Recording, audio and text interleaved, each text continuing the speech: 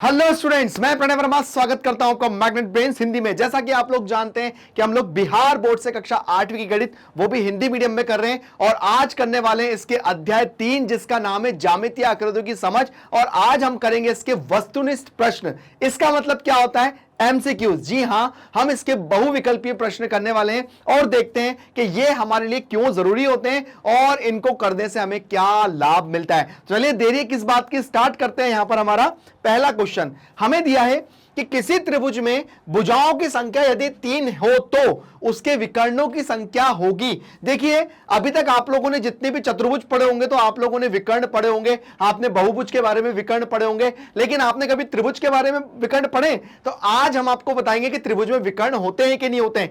यह हमें अभी एक फॉर्मूला लगा के पता पड़ जाएगा कि भाई किसी त्रिभुज के अंदर विकर्ण होते हैं कि नहीं होते हैं। तो चलिए, सबसे पहले हमें क्या दिया हुआ है? किसी त्रिभुज में भुजाओं की संख्या यदि 3 हो तो उसके विकर्णों की संख्या। देखिए यहां पर अगर हमें, यहां पर जैसे आप लोगों को पता है कि अगर हमें यहां पर पता है कि भाई भुजाओं की संख्या क्या होती है ना, हमें लिखी है भुजाओं की संख्या,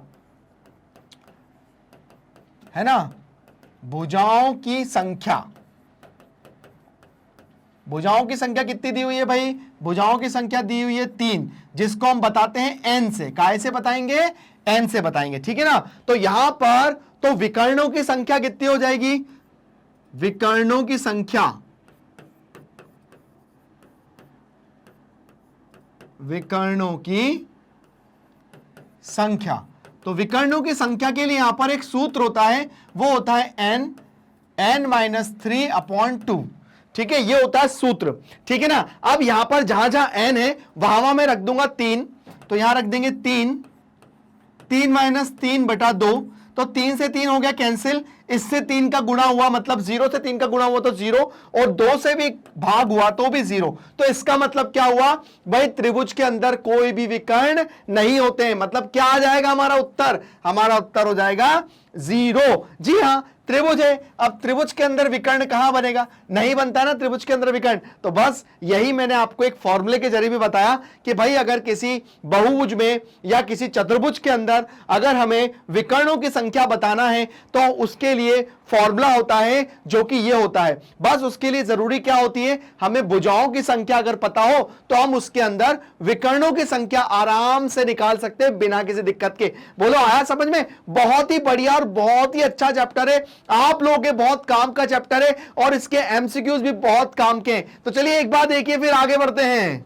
तो बढ़ते हैं अपने अगले क्वेश्चन की तरफ। अगले क्वेश्चन भी कुछ इसी तरह से मिलेंगे आप लोग। चलिए आते हैं अपने अगले क्वेश्चन की तरफ, देखते हैं क्या दिया हुआ है। नेक्स्ट क्वेश्चन हमें दिया है किसी बहुभुज में यदि भुजाओं की संख्या 10 है तो उसके अंतःकोणों का योगफल क्या होगा। देखिए अब यहां पर हमें अंतःकोणों का योगफल बताया है ना। अब अंतःकोणों का योगफल निकालेंगे तो कैसे निकालेंगे, क्या फॉर्मूला होता है? और यहां पे किसकी बात कर रहे हैं? बहुभुज में। तो देखिए अगर हमें बहुभुज में, है ना, बहुभुज में यहां दिया है बहुभुज में भुजाओं की संख्या, भुजाओं की संख्या कितनी दी हुई है? बहुभुज में भुजाओं की संख्या भैया, बहुभुज में भुजाओं की संख्या दी है 10, है ना। अब उसके अंतःकोणों के लिए सूत्र होता है, तो अंतःकोण के लिए सूत्र, अंतःकोण के लिए सूत्र क्या होता है भैया? सूत्र वो होता है n-2 इंटू 180, है ना। अगर किसी बहुभुज में अगर हमें पता है कि उसके अंतःकोण निकालना है तो यहां पर हमें अंतःकोणों का योगफल पूछा है, प्रत्येक अंतःकोण नहीं पूछा। ध्यान रखना दोनों के अंदर फर्क है, ठीक है ना। अब यहां पर क्या हो गया? हमें अंतःकोणों का योगफल पता करना है, तो ये जो सूत्र है वो आपको अंतःकोणों का योगफल जरूर निकालना बता देगा। आपको करना क्या है? भुजाओं की संख्या जो है यहां पर n बराबर डी हुआ है 10, कितना दिया हुआ है? n बराबर 10। तो आपको यहां क्या लिखना है? 10 - 2 गुणा 180।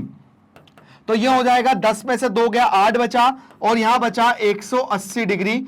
अब यहां पर कितना हो जाएगा? 18 × 144, तो ये हो जाएगा 1440, या यहां पर हो जाएगा इसको, हाँ ठीक है, 1440 यहां हो गया, तो यहां पर इसका जो राइट आंसर आ गया वो ये हो गया, ठीक है ना। तो यहां पर हमको किसी भी कोण का मतलब किसी भी बहुभुज का अगर आपको आंतरिक कोण पता करना है तो उसका यह सबसे अच्छा फॉर्मूला होता है, और उसके बाद वो डिफरेंट होता है कि प्रत्येक अंतःकोण या प्रत्येक बाह्यकोण, ये बात अलग होती है। यहां पर हमें अंतःकोणों का योग पूछा है, तो इसके लिए यह फॉर्मूला है जो कि हमारा आंसर आ गया। अगर आपको यहां पे प्रत्येक अंतःकोण निकालना है, अगर आपको यहां पे प्रत्येक अंतःकोण निकालना है तो आप लोग क्या करोगे, इसका जो 10 है आप इसका भाग दे दोगे, तो आपका आराम से इसके, क्योंकि बहुभुज के अंदर क्या होता है, बहुभुज के अंदर आपको अगर प्रत्येक अंतःकोण निकालना होगा तो आप लोग क्या करोगे, इसका इसमें भाग दे दोगे तो आपको अंतःकोण पता पड़ जाएगा कि कितना होगा। चलिए आगे आते हैं अपने अगले क्वेश्चन के अंदर, देखते हैं अगला क्वेश्चन क्या दिया हुआ है।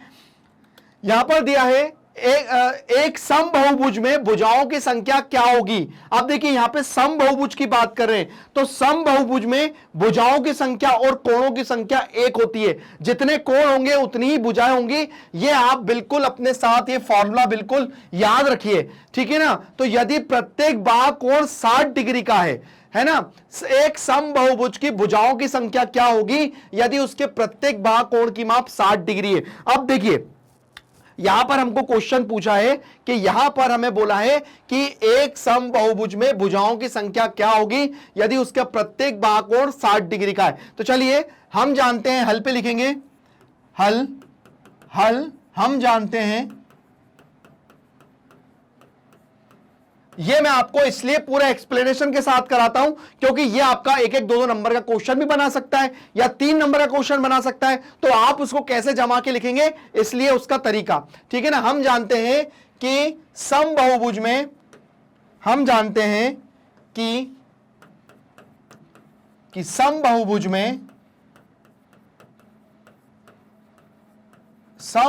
में भुजाओं की संख्या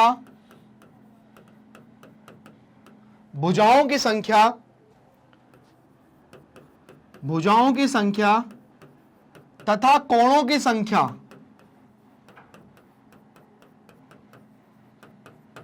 संख्या बराबर होती है।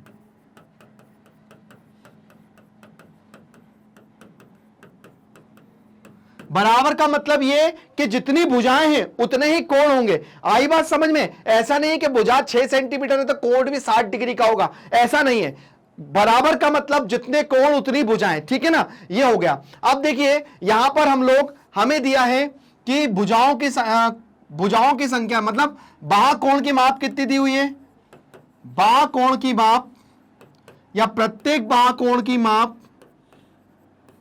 है ना, प्रत्येक बाह्य कोण की माप हम x से बताएंगे कितनी दी हुई है, 60 डिग्री, ठीक है। तब भुजाओं की संख्या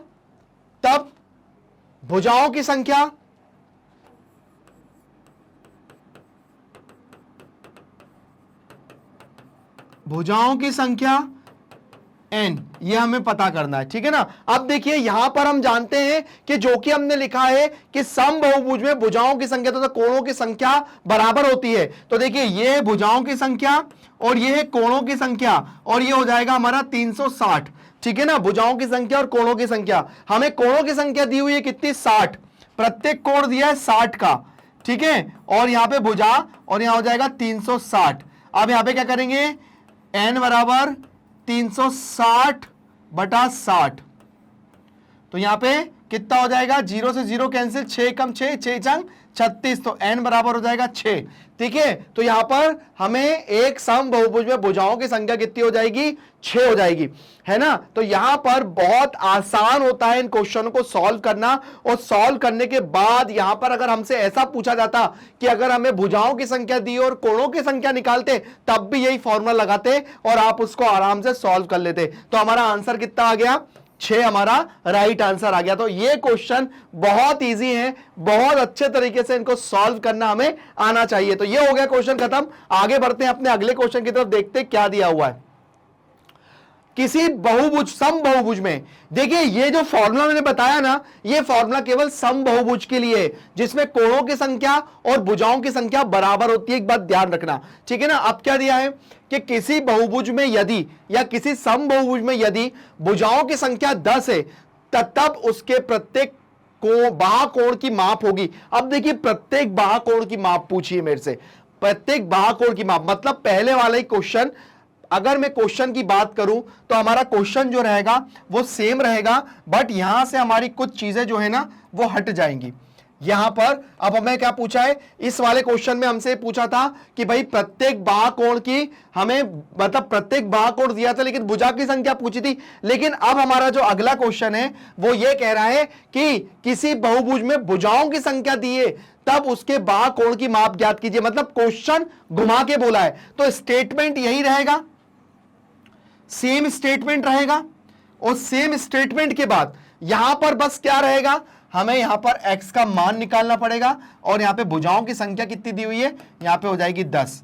ठीक है, तो चलिए वही फॉर्मूला लगाते हैं, x इंटू एन बराबर 360। ठीक है, तो यहां पर x निकालना है, n कितना दिया है 10, तो ये जाएगा 360। ठीक है ना। अब क्या करेंगे भाई, 10 को नीचे भेज देंगे तो कितना हो जाएगा, x बराबर 360 बटा 10। ठीक है, तो यहां पर कितना हो जाएगा, ये 0 से 0 कैंसिल, तो x बराबर हो जाएगा 36 डिग्री।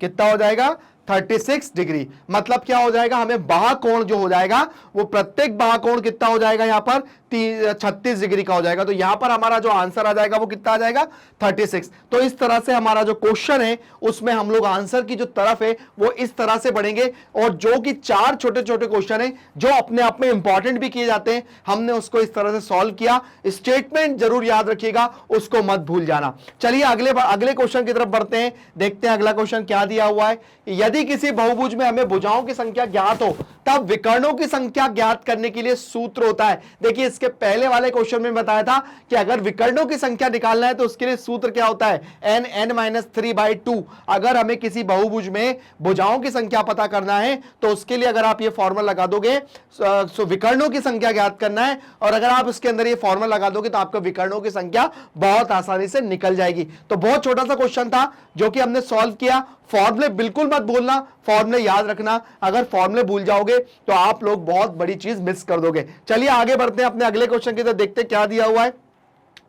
यदि बहुभुज में n भुजाएं हो तब आंतरिक कोण निकालने का सूत्र होता है। देखिए अगर किसी बहुभुज में n भुजाएं हैं, मतलब भुजाओं की संख्या n है, तो आंतरिक कोण निकालने का फॉर्मूला क्या होगा, सेकंड वाले क्वेश्चन पे याद करो। आंतरिक कोण निकालने के लिए फॉर्मूला क्या होता है, n-2 गुणा 180। ये किसी भी बहुभुज के लिए काम करेगा। आंतरिक कोण का योगफल निकालना हो तो आप ये वाला फॉर्मूला लगा दो, आपका आंसर निकल जाएगा। बहुत आसान है इसको निकालना। यहां पर हमारा क्वेश्चन नंबर 6 खत्म होता है। आगे बढ़ते हैं अपने अगले क्वेश्चन की तरफ, देखते हैं अगला क्वेश्चन क्या दिया हुआ है। किसी बहुभुज में बाह्य कोण का योग होता है। अब देखिए किसी भी बहुभुज हो गया, कोई भी बहुभुज हो गया, उसके बाह्य कोण की माप हमेशा एक होगी। वो क्या होगी, 360 डिग्री। चाहे वो कोई सा भी बहुभुज हो, अष्टभुज हो, दशभुज हो, नवभुज हो, या पंचभुज हो, या षडभुज हो, या त्रिभुज हो, या चतुर्भुज हो, उसके बाह्य कोण की माप 360 डिग्री होती है। ये अपने दिमाग में बिल्कुल अच्छे से बिठा लेना, भूल मत जाना, क्योंकि अगर आपको ये पता होगा तो आगे जितने भी क्वेश्चन आएंगे आपको बिल्कुल सॉल्व करने में दिक्कत नहीं होगी। ठीक है, तो यहां पर मैंने इसलिए आपके सामने रखा है ताकि ये चीज आपके नॉलेज में रहे। इसी के साथ हमारा 7वां नंबर का क्वेश्चन खत्म होता है। आगे बढ़ते हैं अपने अगले क्वेश्चन की तरफ, देखते हैं अगला क्वेश्चन क्या दिया हुआ है। आते हैं नेक्स्ट क्वेश्चन पे। चतुर्भुज के अंतःकोणों का योग होता है। अब देखिए चतुर्भुज जो होता है ना, उसके अंतःकोणों की बात करते हैं तो यहां पर जो चतुर्भुज होता है उसके अंतःकोणों का जो योग होता है, अगर जैसे मैं किसकी बात करूं, अगर मैं आयत की बात करूं, किसकी बात करूं, आयत की बात करूं, तब आयत पे प्रत्येक कोण समकोण होता है। तो ये भी 90, ये भी 90, और ये भी 90, और ये भी 90। तो अब यहां पे कितना हो गया, 9 चौको 36, मतलब 4 कोण और 4 ही कोण और प्रत्येक कोण 90 का, तो 9 चौको 36, कितना हो गया 360। ये हमारा आंसर तो बिल्कुल सही है 360, लेकिन हमने जो 4 चतुर्भुज पढ़े हैं, कौन कौन से चतुर्भुज पढ़े हैं भैया? हमने जो 4 चतुर्भुज पढ़े हैं उनको एक बार हम बता दें आपके सामने, कौन कौन से चतुर्भुज पढ़े थे हमने पहला वाला पढ़ा था समांतर, है ना? पहला वाला कौन सा पढ़ा था भाई? हमने पहला पढ़ा था समांतर,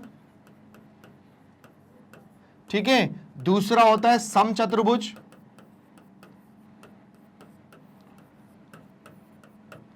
तीसरा पढ़ा था हमने आयत, चौथा पढ़ा था वर्ग, और पांचवा पढ़ा था हमने यहां पर कौन सा? हमने पढ़ा था पांचवा पतंग। हमने ये सारे चतुर्भुज पढ़े हैं। ये सारे चतुर्भुज का आंतरिक कोणों का योग 360 ही होता है। एक बात ध्यान रखना, आपके नॉलेज के लिए बता रहा हूं मैं, ठीक है? सारे चतुर्भुज के आंतरिक कोणों का योग 360 डिग्री होता है।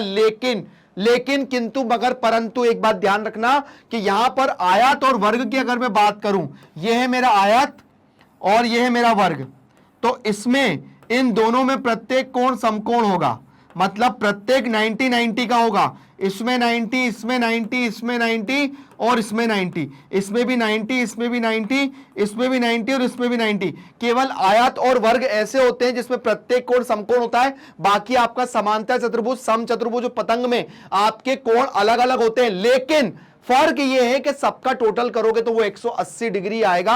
हां, समांतर चतुर्भुज में सम्मुख कोण बराबर होते हैं और आपके समचतुर्भुज में भी आपके क्या हो जाएंगे? सम्मुख कोण क्या हो जाएंगे? बराबर हो जाएंगे। मतलब ये समांतर चतुर्भुज के गुण सभी निभाते हैं, पर बात यह है कि यहां पर वर्ग और आयत, मतलब आयत और वर्ग एक ऐसी चीज है जिसके अंदर प्रत्येक कोण समकोण होता है, ठीक है ना? तो यहां पर सभी तो 360 डिग्री के होंगे, पर बहुत से, जैसे ये समांतर हो गया, सम हो गया और पतंग हो गया, इसके अंदर जो कोण का जो अलग अलग डिफरेंट कोण होंगे, पर सबका टोटल 180 ही होगा, ठीक है ना? तो यहां पर हमने 8वां क्वेश्चन किया कंप्लीट। मैंने आपको एक नॉलेज की बात भी बताई जो आपको याद रखना है। चलिए आगे बढ़ते हैं अपने अगले क्वेश्चन की तरफ, देखते हैं क्या दिया हुआ है।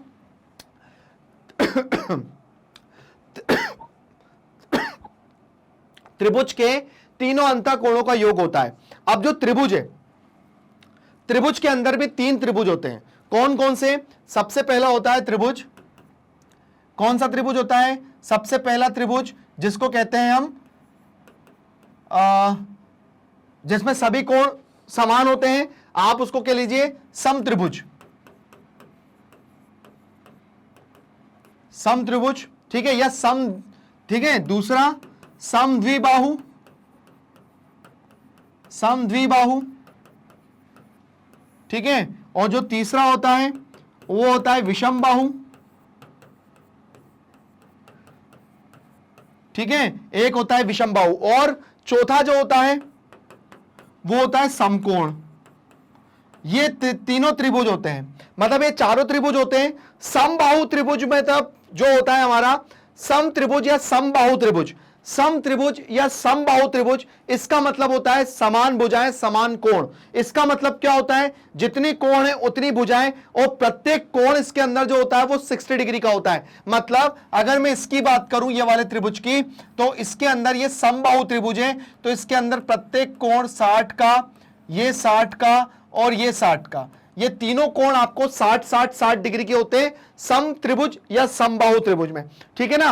और भुजाएं भी समान होती हैं, ठीक है। अब लेकिन इसके अंदर बात यह है कि अगर मैं इनका टोटल करूं तो सबका टोटल 180 डिग्री आता है।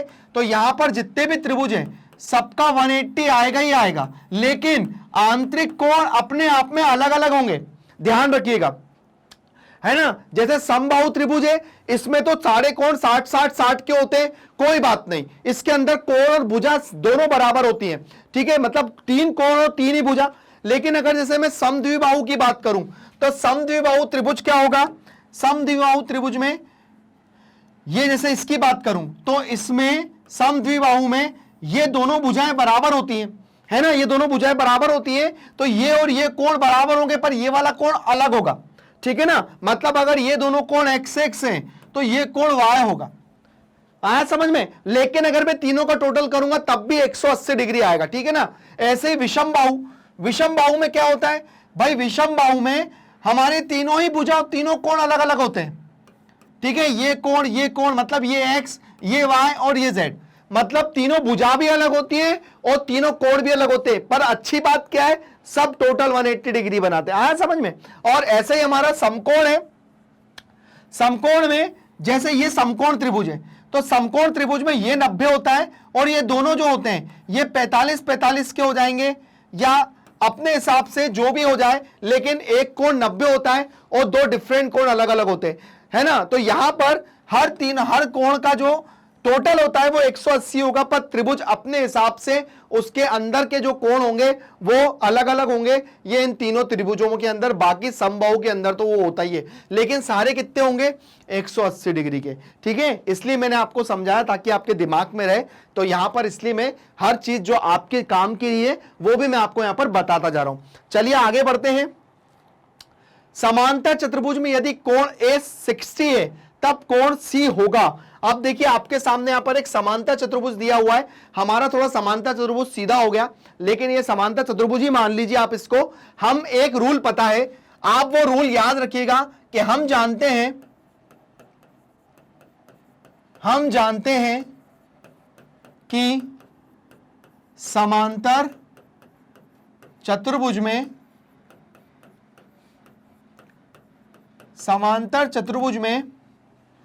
सम्मुख कोण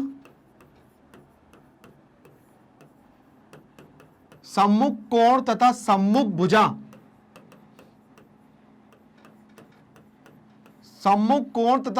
भुजा, बराबर होते हैं।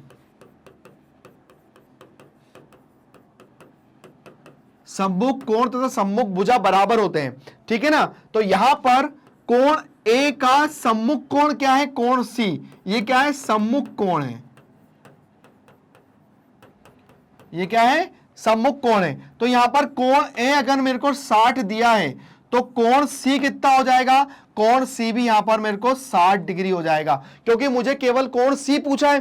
तो अगर मुझे यह पता है कि समांतर चतुर्भुज में सम्मुख कोण तथा सम्मुख भुजा बराबर होती है, तो कोण ए बराबर कोण सी क्या है, सम्मुख कोण है, तो यहां पर यह भी कितना हो जाएगा, 60 डिग्री हो जाएगा। तो मेरा आंसर कितना हो जाएगा, 60 डिग्री, ये मेरा आंसर आ गया। अच्छे क्वेश्चन है, नॉलेज के लिए बहुत ज्यादा जरूरी है, इसलिए यहां पर इन क्वेश्चनों को आपके नॉलेज के लिए रखा गया है। चलिए बढ़ते हैं अपने 11 नंबर के क्वेश्चन की तरफ, देखते हैं हमारा 11 नंबर का क्वेश्चन क्या कहता है। चलिए आ जाते हैं।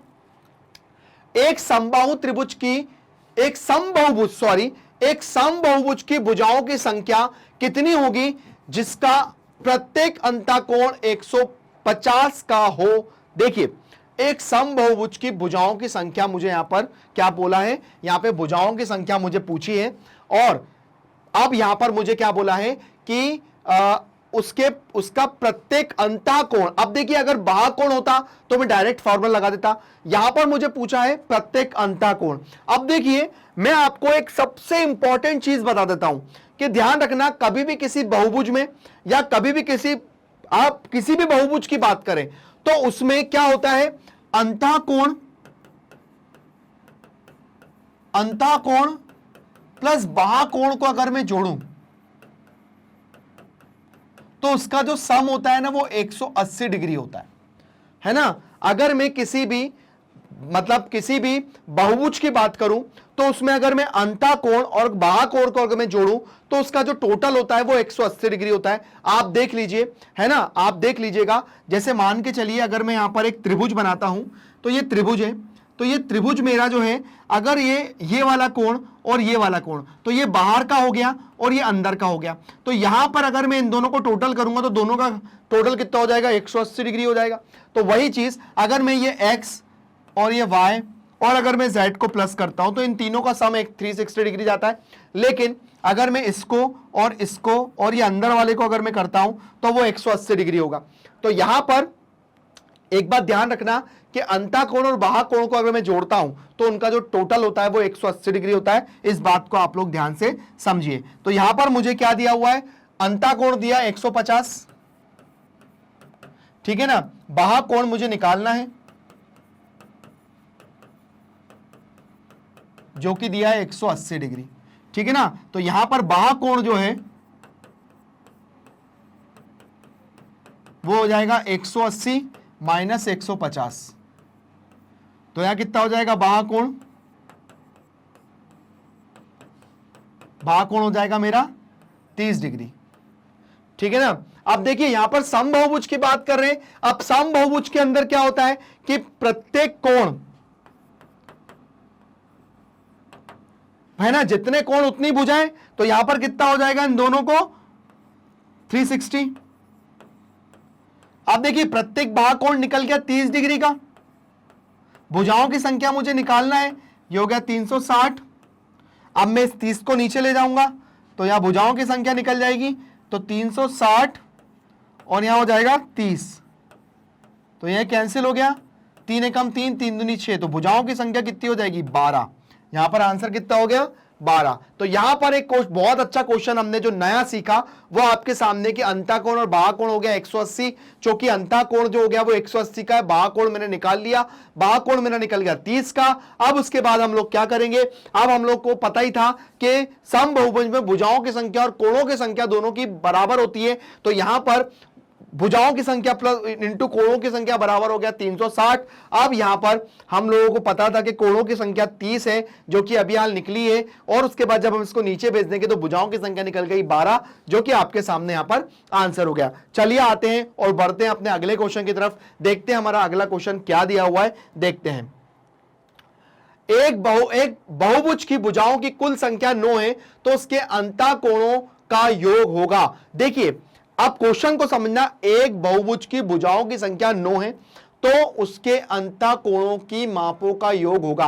अब देखिए अंतःकोणों की मापों का योग निकालना है, ठीक है। अब देखिए एक बहुभुज की भुजाओं की कुल संख्या 9 है, भुजाओं की संख्या पता है बहुभुज की, लेकिन अब मुझे यह नहीं पता कि वो बहुभुज कौन सा है ना। अब लेकिन दिया उसके अंदर भुजाओं की संख्या है, तो उसके अंतःकोणों की मापों का योग का फॉर्मूला क्या होता है भाई, फॉर्मूला होता है n-2 गुणा 180। अब चूंकि भुजाओं की संख्या में दी हुई है, क्या दी हुई है भाई, भुजाओं की संख्या कितनी दी हुई है, 9 दी हुई है, तो यहां पर n किससे संबोधित कर रहे हैं हम, 9, n हम भुजाओं की संख्या को ही बता रहे हैं, तो n बराबर हो जाएगा 9।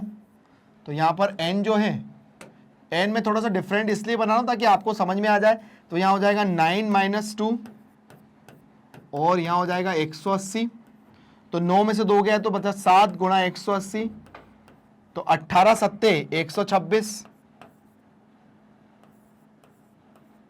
गुणा कर लो, 8 7 56, 56 की 6 हासिल का 5, 7 एकम 7 और 5 12, 12 60, तो यह हो गया हमारा आंसर।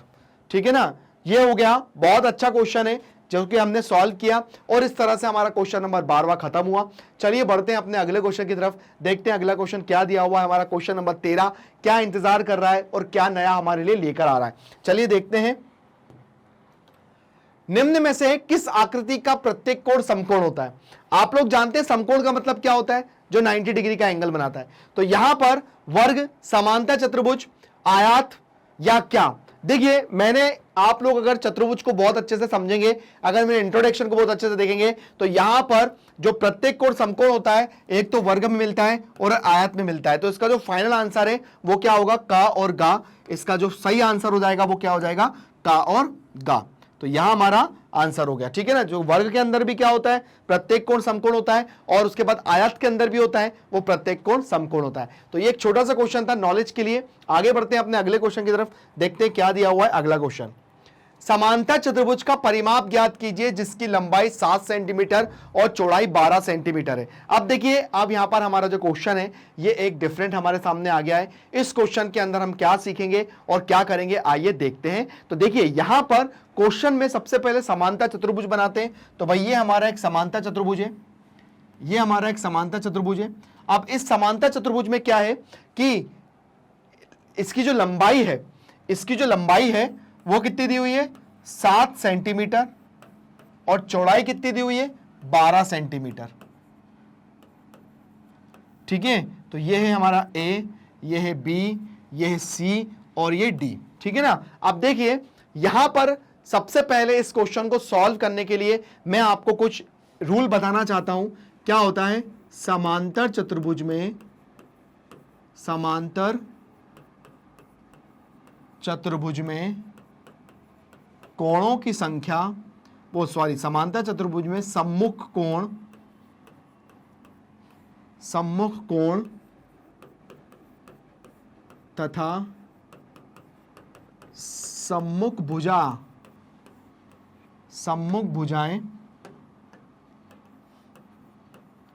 सम्मुख भुजाएं बराबर होती हैं।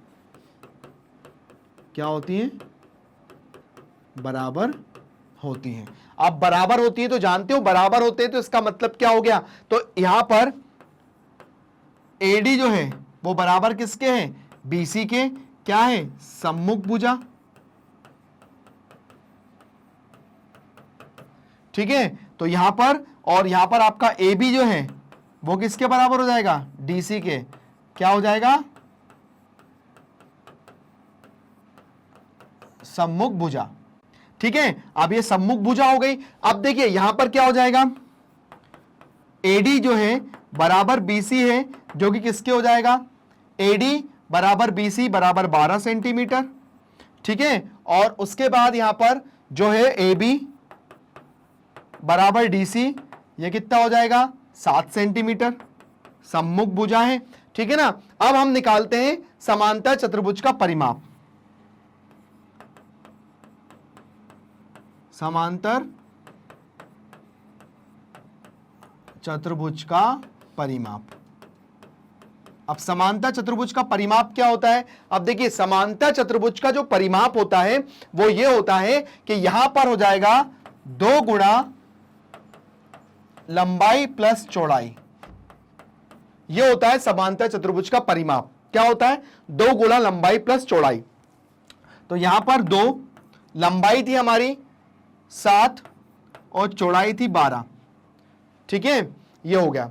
अब चूंकि ये है 12 तो मैं सबको प्लस भी कर सकता था, परिमाप ऐसे भी निकाल सकते हैं, सबको प्लस कर दो जितने भी दिया हुआ है, या फिर आप परिमाप ऐसे भी निकाल सकते हो। 12 और 7 कितना हो जाएगा?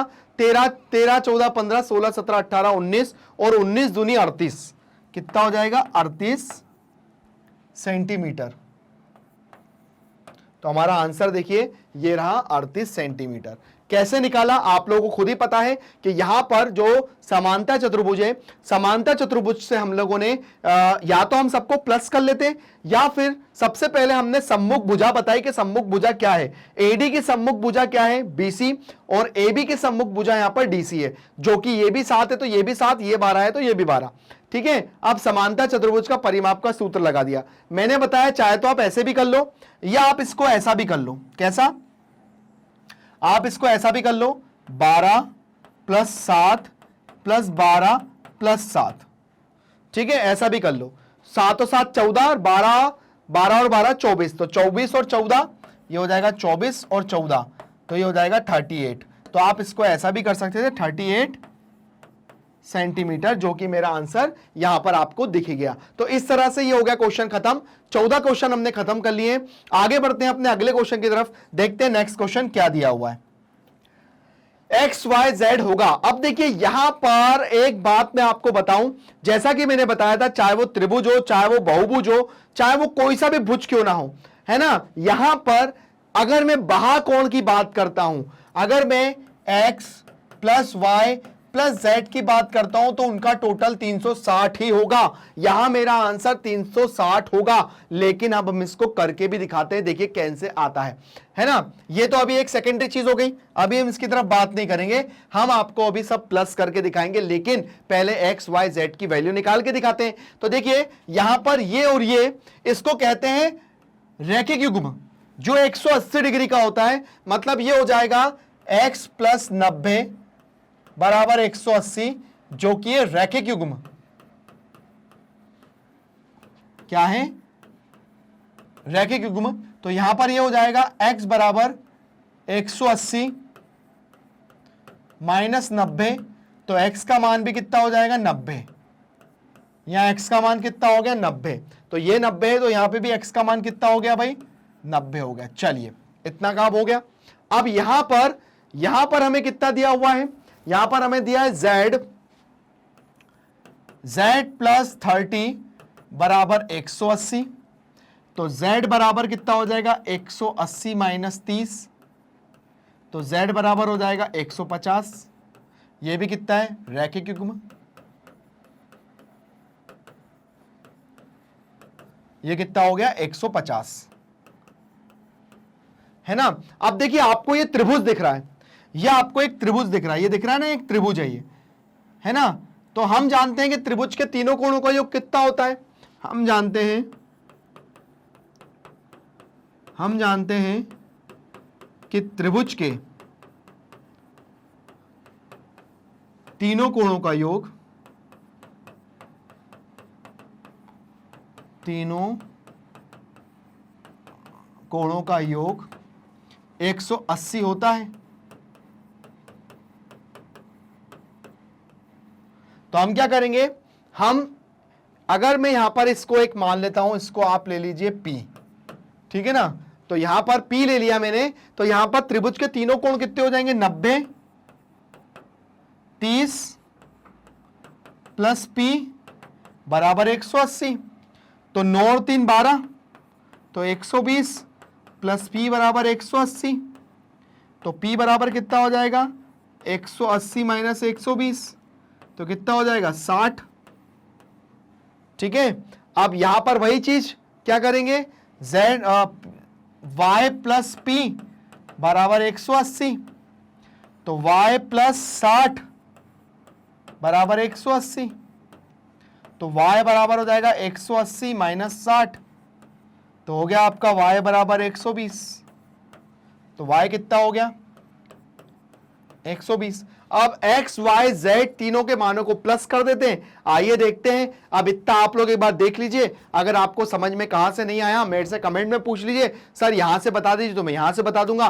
तो अब मैं उसके आगे की प्रक्रिया करता हूं। तो चलिए यहां पर x y z तीनों के मान हमारे सामने हैं, तो चलिए रखते हैं एक्स वाई प्लस जेड। तो यहां पर x था 90, मतलब x plus Y plus Z. ठीक है, तो x था 90, y हमारे पास क्या आया था, y y y y 120, और z कितना आया था भाई, z हमारे पास आया था 150। अब हम सबको प्लस कर लेते हैं, हम आपको अभी प्लस करके भी दिखाएंगे। तो 120 और 150, तो 150, 120 और 90, तो ये तो हो गया ऐसा का ऐसा, है ना। यहां पर हो जाएगा 9 और 2 11, 11 और 5 16, 16 की 6 हासिल का 1, यह आ गया 360। तो ऐसे भी ले आओ, या इतनी मेहनत करके ले आओ, या फिर एक स्टेटमेंट लिख दो। हम जानते हैं कि त्रिभुज के बाह्य कोणों का योग 360 डिग्री होता है, तो हमने इसको 360 डिग्री कर दिया। हमने आपको एक्सप्लेन करके भी दिखाया, और हमने इसको डायरेक्ट भी करके दिखा दिया कि इसको ऐसे नहीं तो ऐसे भी सॉल्व कर लो। है ना कितना इजी। बस इसी तरह से हमारा काम ही है आपको बहुत अच्छी सिंपल सी थाली परोसते रहना, ताकि आप बिना कंकर काटे के खा पाए। तो बस यही हमारा मैग्नेट ब्रेड का उद्देश्य है। चलिए आते हैं अपने अगले क्वेश्चन की तरफ, देखते हैं क्या दिया हुआ है हमारा अगला क्वेश्चन। x का मान ज्ञात कीजिए। अब यहां पर x का मान निकालना है। अब यहां पर x का मान निकालने के लिए हम क्या जानते हैं भाई, यहां पर हम जानते हैं कि भाई सबसे पहले एक रूल हम जानते हैं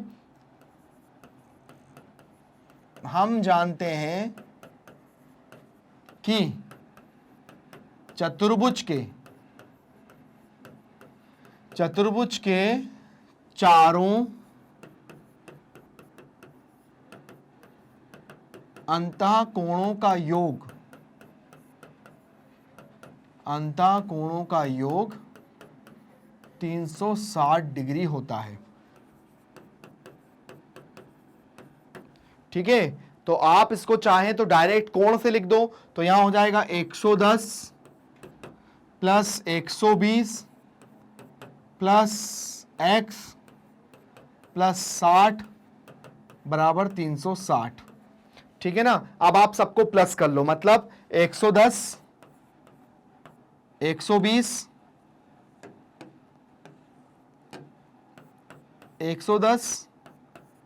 120 और 60, तो कितना हो जाएगा 0, 6 और 2 8 और 1 9, और ये हो जाएगा 290। तो हो जाएगा 290 प्लस x बराबर 360। ठीक है, तो यहां पर कितना हो गया, इन सबको प्लस किया तो 290 आ गया, और 290 के बाद यहां पर हम लोगों ने क्या करा, यहां पर हमने इसको आगे बढ़ाया, मतलब 360 को। अब यहां पर ये जो प्लस में है इसको उधर भेज देंगे तो माइनस में हो जाएगा, तो x बराबर कितना हो जाएगा, 360 माइनस 290। ठीक है, तो चलिए 360 में से 290 को माइनस कर दीजिए तो हो जाएगा 0। अब देखिए 16 में से 9 को घटाएंगे तो कितना हो जाएगा, 7। ठीक है, ये तो हो जाएगा कैंसिल, 0, तो हो जाएगा x बराबर 70। अब देखिए अगर मैं यहां पर अगर 70 बढ़ा देता, मान के चलिए कि यहां पर अगर आपको ऐसा आ जाता, कैसे, 290 प्लस खाली स्थान 360, तो मैं इससे माइनस कर देता, है ना, इसको इससे माइनस कर देता। अगर मैं 290 में 70 प्लस कर दूं तो कितना हो जाएगा, 10 11 12 13 14 15 16, तो 16 के 6 हासिल का 1 360, मतलब 70 प्लस किया आपने तभी तो 360 आ गया। तो ये हमारा आंसर हो गया। अब देखते हैं क्या हमारा आंसर सही है। चलिए, ये हो गया हमारा राइट आंसर। तो मैंने हर तरीके से क्वेश्चन लिए आप लोगों को समझाने के लिए, ताकि आपको बहुत अच्छे से समझ में आ जाए कि क्वेश्चन के अंदर मेन चीज क्या दी हुई है, और हमको बिल्कुल उससे सीखना चाहिए कि क्वेश्चन हमसे क्या कह रहा है और हमको कहां तक, एंड तक इसको ले जाना है। तो चलिए, हमारा 16वां नंबर का क्वेश्चन खत्म होता है। अगले क्वेश्चन पे आते हैं, देखते हैं क्या दिया हुआ है हमारा नेक्स्ट क्वेश्चन।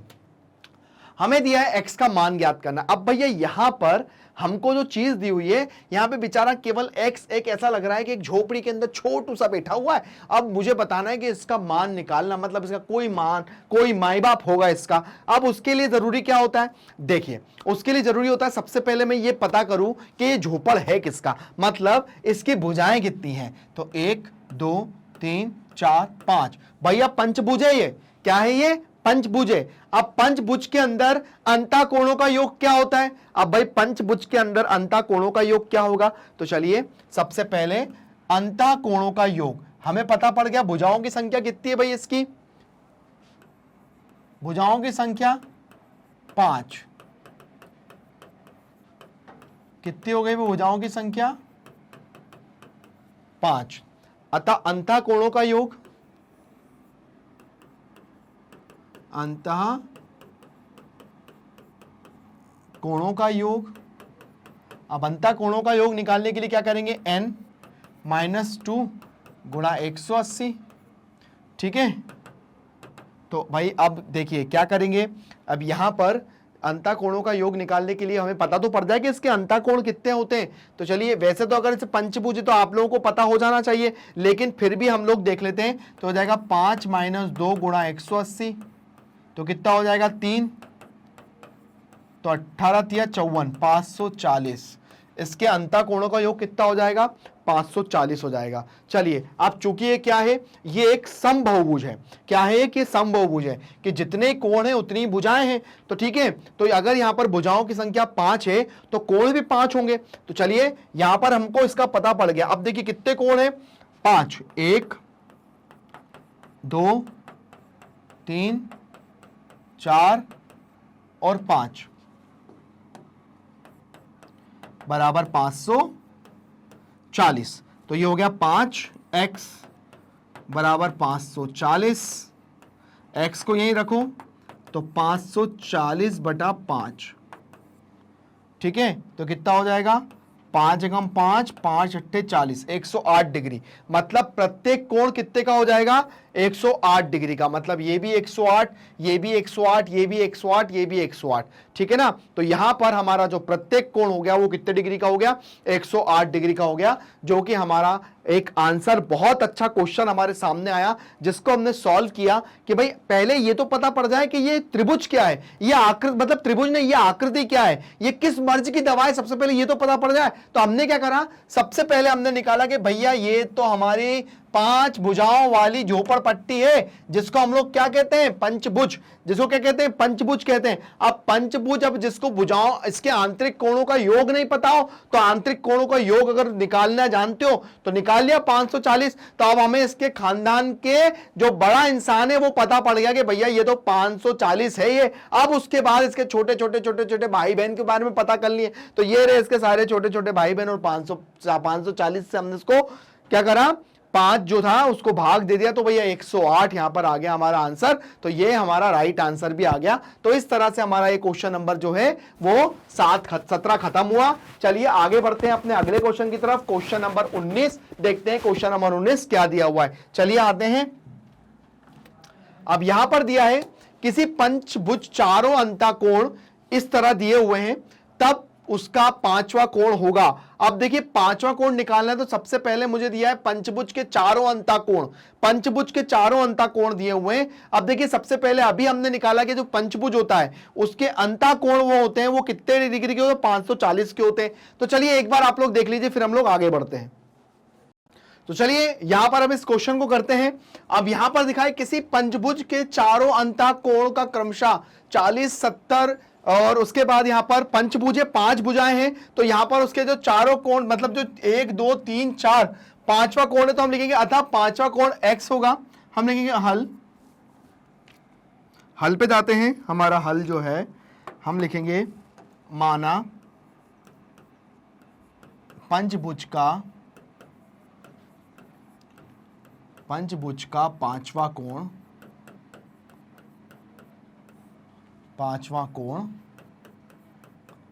x है, ठीक है।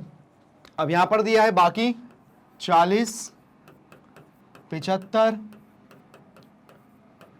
125, 135 और ये हो गया x, और हमने उसको ले लिया कितना, 540, क्योंकि अभी हमने निकाला था पंचभुज के अंतःकोणों का योग हमने निकाला था 540 ही होता है ना, क्योंकि 5 में से 3 जाएगा तो 5 में से 2 जाएगा तो 3 आएगा और 18 या 54 हो जाएगा, ठीक है ना। तो चलिए अब इन सबको प्लस कर लेते हैं, 125, 135, 75 और 40, इन सबको प्लस कर लेते हैं, ठीक है ना। मतलब हमने क्या करा, 125, 135, 135, 125, 75 और 40, 5 और 5 10 और 5 5 या 15, 15 की 5 हासिल का 1, देखो 5 और 5 10, 10 और 5 15, 15 की 5 हासिल का 1, ठीक है। उसके बाद 7 और 3 10, 10, 10 और 4 14, 14, 15, 16, 17, 17 की 7 हासिल का 1, कितना आ गया, 375, कितना आ गया, 375। एक बार टोटल एक बार और चेक कर लो, कहीं ऐसा तो नहीं है कि भाई हमने कहीं गलती कर दी हो, इंसान है गलती हो जाती है, ठीक है ना। चलिए 5 और 5 10 और 5 15, 15 की 5 हासिल का 1, ठीक है। 7 और 3 10, 10 और 4 14, 14, 15, 16, 17, 17 की 7 हासिल का 1, ठीक है। तो कितना हो जाएगा 3, तो 375, ठीक है ना। अब 375 है तो यहाँ पर x बराबर हो जाएगा 540 माइनस 375। चलिए 540 में से 375 को माइनस कर देंगे, 10 में से 5 गया, 5 बचा, यहाँ हो गया 3, 13, 13 में से 7 जाएगा, तो देखिए यहाँ पे 13 में से 7 को घटाएंगे तो 1 2 3 4 5 6 7, कितना बचा, 1 2 3 4 5 6, 6 बचा, और यहाँ पे हो जाएगा यहाँ पे कितना हो जाएगा 4, 4 में से 3 जाएगा, 1 बचेगा, तो कितना हो जाएगा 165। यह हमारा आंसर आ गया 165, ठीक है ना। तो यहां पर हमने पंचभुज निकाला। अगर आप चाहो तो यहां पर हमारा ये जो 540 आया था, तो 540 जो आया था अगर आप उसमें 165 को अगर प्लस कर देते हो तो ये आ जाएगा 5 6 और 4 10 की 0 हासिल का 1 है ना।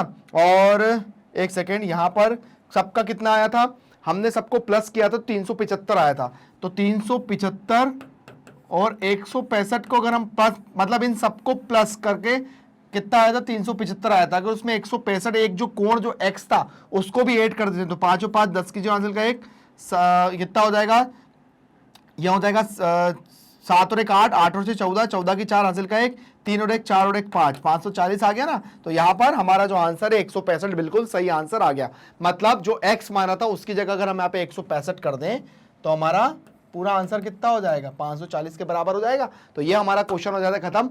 आगे बढ़ते हैं अपने अगले क्वेश्चन 19वें की तरफ, देखते हैं क्या दिया हुआ है 19वें क्वेश्चन में। किसी समांतर चतुर्भुज का एक कोण समकोण है वह चतुर्भुज कहलाता है। अब देखिए किसी समांतर चतुर्भुज का एक कोण समकोण होता है, किसमें होता है? तो देखिए यहां पर किसी समांतर चतुर्भुज का एक कोण समकोण होता है, वह चतुर्भुज कहलाता है। वर्ग, आयत, समबाहुभुज या पतंग। वैसे तो आयत ही है राइट आंसर, वर्ग भी हो सकता है, लेकिन हमारे पास अभी जो ऑप्शन है जो बोला जाता है, क्योंकि आयत जो है आयत के बाद वर्ग आता है, तो सबसे पहले हम आयत पे प्रेफरेंस देंगे, तो आयत हमारा यहां पे राइट आंसर हो जाएगा। चलिए आते हैं नेक्स्ट क्वेश्चन पे। किसी चतुर्भुज के चारों कोण क्रमशः 1, 2, 3, 4 तब सबसे छोटे कोण की माप होगी। तो चलिए सबसे छोटा कोण निकालना है, तो भैया चतुर्भुज के चारों कोणों का योग माना, चतुर्भुज के चारों कोण क्रमशः हम लिखेंगे माना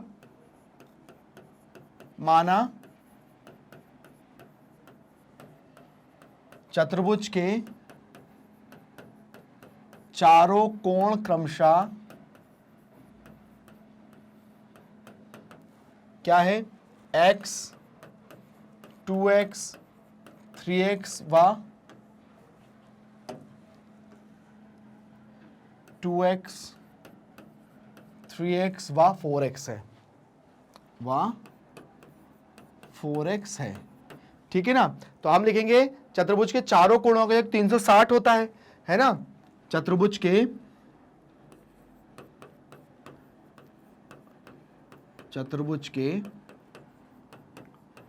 चारों कोणों का योग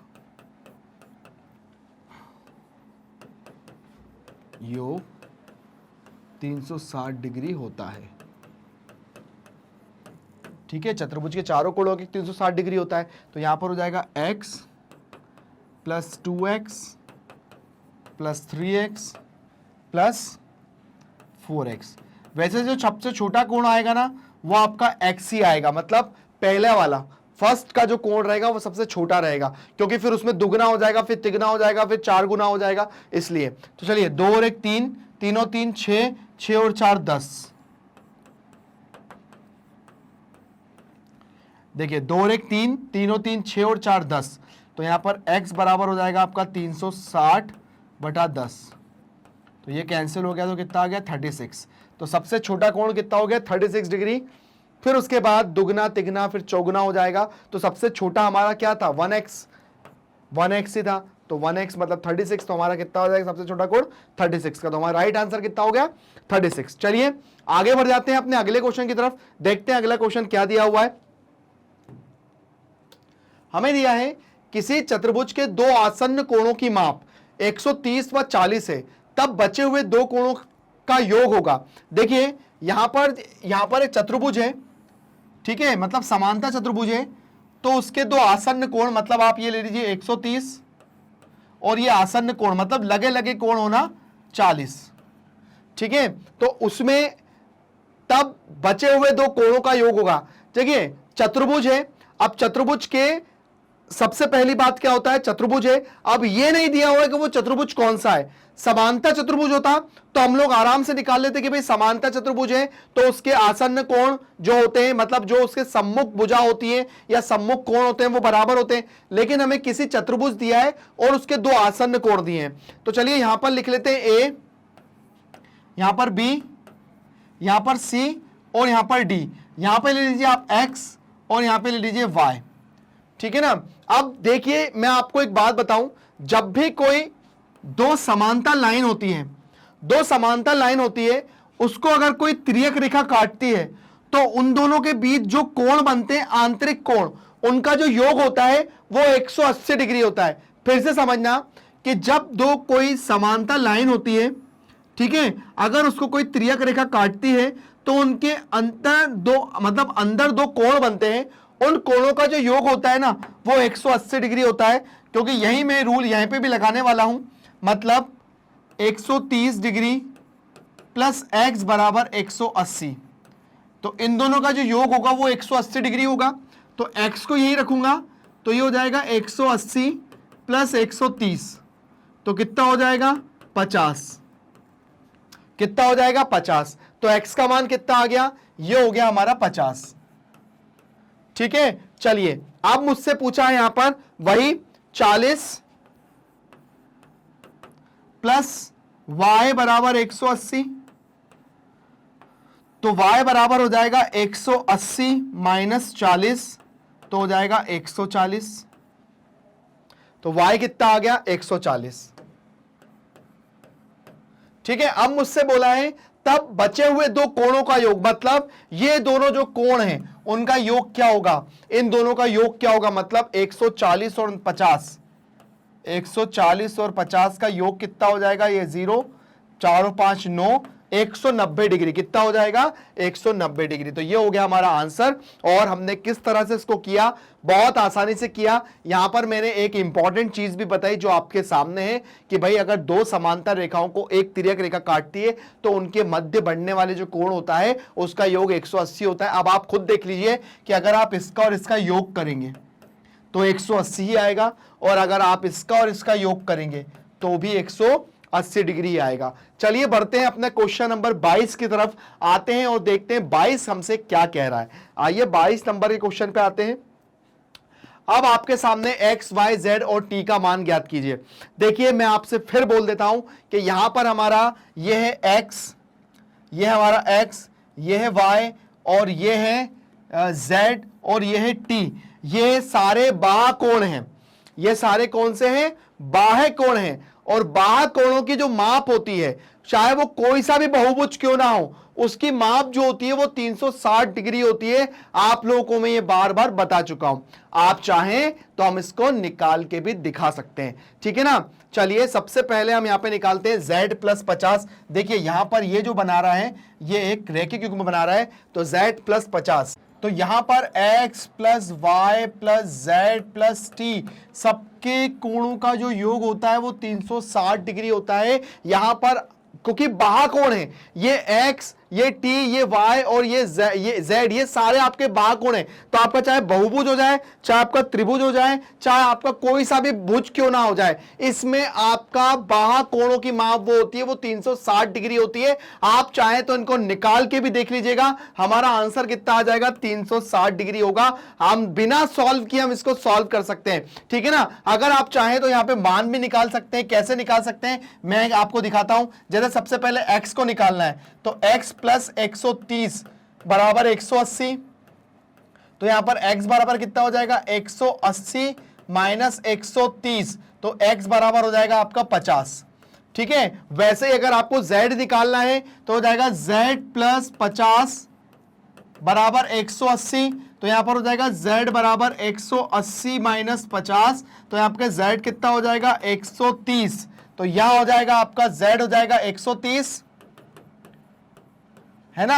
आपका x हो जाएगा आपका यहां पर x हो जाएगा आपका 50, y हो जाएगा आपका 90, ठीक है। और यहां पर केवल एक एंगल बचता है। अब देखिए यहां पर आपको चारों अगर कोण पता हो, अगर आपको चारों अगर कोण पता हो तो जब आप इसको t को निकालोगे, मतलब 360 से 50, 90 और 130 को प्लस करके 360 से माइनस करोगे, तब आपका t का मान निकल जाएगा। और t का मान जो निकलेगा जब आप उसको 180 से माइनस करोगे, t का मान कितना आ जाएगा, 90 आ जाएगा। और जब आप इन सबको रखोगे, मतलब 50 प्लस 130 प्लस 90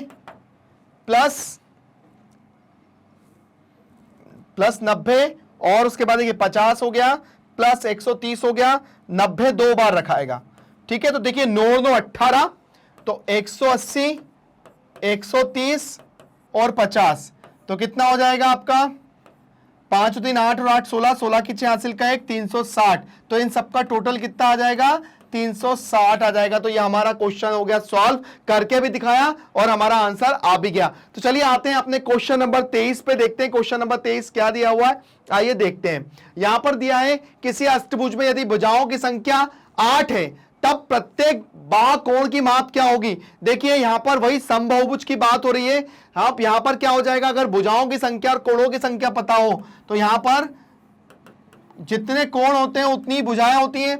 भुजाओं की संख्या कितनी दी हुई है, 8, तो x इंटू 8 बराबर 360, तो x बराबर हो जाएगा 360 बटा 8। तो चलिए 360 और ये 8 का 8 16 8 या 24, 8 चौको 32, और 8 पंजे 40। तो यहां हो गया प्रत्येक बाह कोण की माप कितनी हो गई, 45 डिग्री हो गई, क्योंकि ये फॉर्मूला हम बहुत बार यूज भी कर चुके हैं और जो कि हमें आता भी है। बहुत इजी क्वेश्चन था। आगे बढ़ते हैं अपने अगले क्वेश्चन की तरफ। क्वेश्चन नंबर 24 पे आते हैं, देखते हैं क्या दिया हुआ है। अब हमें दिया है कि एबीसीडी एक समांतर चतुर्भुज है, तब एक्स का मान ज्ञात कीजिए। देखिए समांतर चतुर्भुज में क्या होता है, हम जानते हैं समांतर चतुर्भुज में विकर्ण, समांतर चतुर्भुज में विकर्ण एक दूसरे को समद्विभाजित करते हैं। समद्विभाजित करते हैं, तो समद्विभाजित का मतलब बराबर भागों में बांटना। मतलब ये क्या हो गया, ये इसके बराबर है, ये इसके बराबर है, ये इसके बराबर, ये इसके बराबर है, और ये भी आपस में क्या है, बराबर है। ठीक है ना। तो हमें यहां पर दो विकर्ण दिए हुए हैं, x + 5 = 10 और दिया है x + y = 8। ठीक है ना। तो यहां पर सबसे पहले हमें निकालना है, तब x का मान होगा, तब x का मान क्या होगा, चलिए निकालते हैं। x और y का मान दोनों का निकाल लेते हैं। तो चलिए यहां पर सबसे पहले हमें एक, जैसे ये वाला विकर्ण है, ये जो है, यहां से हम लोग निकाल लेते हैं सबसे पहले किसका मान, हम लोग यहां से निकाल लेते हैं y का मान। तो y बराबर कितना हो जाएगा, y बराबर हो जाएगा ये है कितना, 10 - 5, तो y बराबर कितना हो जाएगा, 5। y का मान 5 हो गया। अब y का मान 5 हो गया, तो y का मान आप यहां रख दीजिए। ठीक है, y का मान हमने यहां रख दिया, तो कितना हो जाएगा, x + 5 = 8, तो x बराबर हो जाएगा 8 - 5, तो x बराबर हो जाएगा 3, तो मतलब आ जाएगा 3 और 5। ठीक है, तो यहां पर कितना हो जाएगा, हमारा मान जो आ जाएगा वो 3 और 5 हो जाएगा। ये हमारा राइट आंसर आ जाएगा। हमें क्या निकालना था, x का मान ज्ञात कीजिए। वैसे x का मान तो हमारा कितना आया है, यहां पर 3 आया है, लेकिन x और y दोनों के मान यहां पे दिए हुए हैं, तो यहां पे x का मान 3 है और y का मान कितना है, 5 है। देखिए किया क्या, सबसे पहले हमें दो समीकरण दिए हुए थे, y + 5 = 10, हमने 5 को उधर भेज के क्या करा, कितना आ गया, 10 में से 5 गया, 5 बचा, 5 आ गया। हमने अब y की जगह पे 5 रख दिया, वो यहां पर y की जगह पे 5 रख दिया और हमने 5 को उधर भेज दिया, तो 8 में से 5 गया तो 3 बचा, तो कितना आ गया, x का मान 3 आ गया, y का मान 5 आ गया, जो कि बहुत ही छोटा और बहुत ही इजी क्वेश्चन था। चलिए आते हैं अपने अगले क्वेश्चन पे, क्वेश्चन नंबर 25 पे। आइए देखते हैं क्या दिया हुआ है। हमें दिया है एक समचतुर्भुज एबीसीडी में जिसका एक विकर्ण 10 सेंटीमीटर और एक भुजा 13 सेंटीमीटर है, तो उसका दूसरा विकर्ण, देखिए ये समचतुर्भुज है, यह आपका एक समचतुर्भुज है, और आपके समचतुर्भुज में क्या बोला है, एक विकर्ण जो है वो 10 सेंटीमीटर का है, तो आपका ये जो विकर्ण है वो 10 सेंटीमीटर का हो गया। ठीक है, ये विकर्ण आपका 10 सेंटीमीटर का हो गया, और बोला है एक भुजा जो है वो 13 सेंटीमीटर की है, 13 सेंटीमीटर की है। तो भाई ये है हमारा A, ये है B, ये है C, ये है D और ये है O। ठीक है, अब यहां पर हमें क्या बोला है, तथा भुजा 13 से इसका दूसरा विकर्ण निकालना है। अब देखिए यहां पर दूसरा विकर्ण निकालने के लिए सबसे पहले हम जानते हैं कि समचतुर्भुज के विकर्ण आपस में एक दूसरे को क्या करते हैं, आपस में एक दूसरे को समद्विभाजित करते हैं। समद्विभाजित का मतलब बराबर भागों में बांटना, मतलब ये भी आपका कितना हो गया, 5, और ये भी कितना हो गया, 5, है ना। अब यहां पर दोनों 5-5 हो गया, तो अब हम क्या लिखाएंगे, समकोण त्रिभुज COB में। ठीक है, समकोण त्रिभुज है, क्योंकि क्या हो रहा है यहां पर 90 डिग्री का एंगल बना रहे हैं, तो यहां पर हम लगाएंगे पाइथागोरस प्रमेय, मतलब BC का स्क्वायर बराबर OB का स्क्वायर प्लस OC का स्क्वायर। ठीक है, अब यहां पर कितना हो जाएगा, BC कितना है, BC आपका 13 है, OB हमारा 5 है, और OC मुझे नहीं पता, तो ये हो जाएगा 169 बराबर 25 प्लस OC का स्क्वायर, तो 169 - 25 बराबर OC का स्क्वायर। 9 में से 5 गया, 4 बचा, 6 में से 2 गया, 4 बचा, और 1 बराबर OC का स्क्वायर। तो OC बराबर कितना हो जाएगा, 144। OC का मान कितना आ जाएगा, 12। अब देखिए OC हमारे पास कितना आ गया, ओसी हमारे पास जो है ओ से लेकर सी। एक सेकेंड, यहां पर ये जो मान है ये थोड़ा सा यहां पर इसकी जगह आप एक काम करिए, इसकी जगह कर दीजिए ओसी और इसकी जगह कर दीजिए आप ओबी, क्योंकि हमें ओबी का मान निकालना है। तो यहां पर हो जाएगा आपका ओबी, ये हो जाएगा आपका ओबी और ये हो जाएगा आपका ओबी और ये भी हो जाएगा आपका ओबी और ये भी हो जाएगा ओबी और ये भी हो जाएगा ओबी। ठीक है, ओबी हो गया। अब ओबी हमारा निकल गया कितना, इतना निकल गया हमारा ओबी कितना 12 निकल गया, 12 निकल गया। अब देखिए विकर्ण समद्विभाजित करते हैं तो ये भी 12 हो गया, तो 12 प्लस 12 कितना हो गया 24। तो दूसरा विकर्ण डी भी बराबर कितना हो गया 24 सेंटीमीटर। तो यहां पर 24 सेंटीमीटर हो गया। ठीक है ना, मतलब क्या था, ओसी तो हमें पता था, ओसी 5 सेंटीमीटर है, ओबी हमें नहीं पता था, तो ओबी हमने यहां पर ले लिया। यहां पर लंब प्लस आधार या आधार प्लस लंब कुछ भी ले सकते हैं, दोनों में से जो भी पहले लिखना हो। ओसी हमको पता था, ओसी हमारा 5 है और ओबी हमारा क्या निकालना था हमको ओबी, तो ओबी का मान निकल गया कितना 12। अब ओबी और ओबी जो है, जितना ओबी है उतना ओडी भी है, तो 12 प्लस 12 कितना हो गया 24। तो हमारा राइट आंसर आ गया 24 सेंटीमीटर, जो कि बहुत ही इजी और बहुत ही आसान क्वेश्चन था। तो इस तरह से हमारा जो एमसीक्यूज है वो होता है खत्म, और जो बहुत ही आसान तरीके से हमने इसको सॉल्व किया और बढ़िया तरीके से हमने सॉल्व किया और हमारे एमसीक्यूज हो गए खत्म। तो बस आप भी इसी तरह से अपने जितने भी क्वेश्चन है उनको सॉल्व करिए और आप हमारे वीडियोस को वॉच करते रहिए। वीडियो आपको वॉच कैसे करना है, आप लोग हमारे वीडियोस कैसे देख सकते हैं, बहुत आसान सी बात है। गूगल पे जाइए, मैग्नेट ब्रेन को टाइप करिए, जब आप लोग पहुंच जाएंगे, जब आप लोग टाइप करेंगे तो आप लोग पहुंच जाएंगे हमारे मेन चैनल पे, जो कि यहां पर, क्योंकि यहां जो लिखा है वो हम करके भी दिखाते हैं। जी हां, ये है हमारा इंडिया का नंबर 1 100% फ्री एजुकेशन प्लेटफॉर्म। यहां पर आपको कोई भी सब्जेक्ट पढ़ने को कोई चार्ज नहीं देना है, आपको बस क्या करना है, अपनी फ्री एजुकेशन करना है। और उसके बाद अगर कोई चीज समझ में नहीं आता है तो कमेंट बॉक्स में आपको अपने डाउट को बता देना है, बहुत जल्दी हम आपके डाउट का रिप्लाई भी करते हैं। आप देख ही सकते हैं कि हमारे CBSE, Hindi medium, English medium, हमारा यूपी बोर्ड, बिहार बोर्ड, सारे हमारे कोर्सेज अवेलेबल है यहां पर, और बहुत सारे स्टेट्स भी हमने यहां पर कवर किए हुए हैं। आपने देखा कि हम जैसे अभी बिहार बोर्ड की बात कर रहे हैं तो क्लास 12, 10, 9 और 8 क्लास है, 8 क्लास की बात कर रहे हैं, हम मैथ्स अभी पढ़ रहे हैं। जैसा मैं आपको प्रोसेस गणित का बता रहा हूं, बाकी आपका प्रोसेस भी आगे के सब्जेक्ट के भी ऐसे ही चलेंगे। मैथ्स पे जब आप क्लिक करेंगे तो आप मैथ्स के अंदर पहुंच जाएंगे। यहां आप लोग देखेंगे कि मैथ्स के अंदर हम लोग सारे सब्जेक्ट आपको अरेंज दिखेंगे। आपको जो अध्याय पढ़ना है बस आपको क्लिक करना है, तो वो आपके सामने एक बहुत अच्छी वीडियो क्वालिटी के साथ ओपन हो जाएगा, कुछ इस तरह से। यहां पर आपको वीडियो क्वालिटी भी अच्छी मिलेगी और कंटेंट भी अच्छा मिलेगा। बस आपको क्या करना है, फ्री में अपनी पढ़ाई करना है। तो बने रहिए हमारे साथ। बने कहां रहना है आपको, आप लोगों को बनाना मैग्नेट ब्रेन हिंदी के साथ, जो देता है 8 से लेकर 12 तक का एजुकेशन, वो भी बिल्कुल फ्री में। आपके जितने भी छोटे बड़े भाई बहन हो, आपके फ्रेंड्स हो, आप उनको हमारे चैनल के बारे में बताइए, हमारे चैनल को लाइक और सब्सक्राइब करिए। Thank you.